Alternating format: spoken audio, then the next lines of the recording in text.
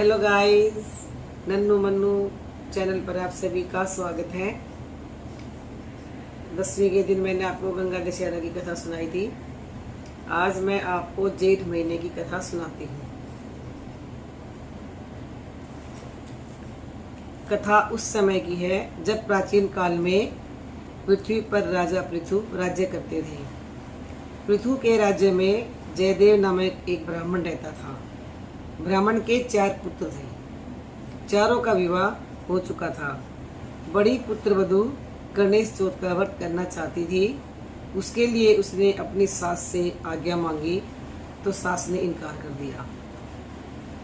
जब भी बहू ने अपनी इच्छा अपनी सास के सामने रखी और सास के सामने निवेदन किया, लेकिन हर बार सास ने उसको अस्वीकार कर दिया। अब बहू बहुत परेशान रहने लगी।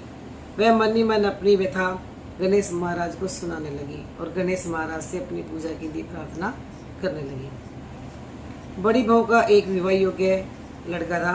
गणेश जी ने अप्रसन्न होकर उसे चुरा लिया। घर में उदासी छा गई। सास भी बहुत परेशान हो गई। बड़ी बहू ने सास से प्रार्थना की, माँ जी, यदि आप आज्ञा दें तो मैं गणेश चौथ का व्रत कर लूँ। हो सकता है वे प्रसन्न होकर हम पर कृपा कर दें और मेरा बेटा मुझे मिल जाए। अब सास को अपने पोते से बहुत प्रेम था, तो उसने बहू को आज्ञा दे दी कि वो उस व्रत को कर ले। बुजुर्गों का पोते पोती पर स्नेह तो रहता ही है, अतः आज्ञा दे दी। बहू ने खुश होकर गणेश जी का व्रत किया। इससे प्रसन्न होकर गणेश जी ने दुबले पतले ब्राह्मण का रूप बनाया और जयदेव के घर आ गए। 5 दिन बाद वो लड़का उनका घर आ गया।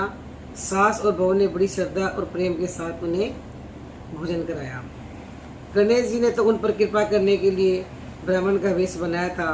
अब उनके आशीर्वाद से बहू का पुत्र घर लौट आया। सास और बहू दोनों बहुत खुश हुई और उसके बाद सास ने उसको व्रत करने के लिए कभी भी मना नहीं किया। बोलो गणेश महाराज की जय हो। ऐसे ही छोटी छोटी कथाओं के साथ हम आपसे मिलते रहेंगे। जब भी कथा होगी हम आपको जरूर सुनाएंगे। तब तक के लिए बाय और आप सभी को मेरा नमस्कार। बोलो गणेश महाराज की जय हो।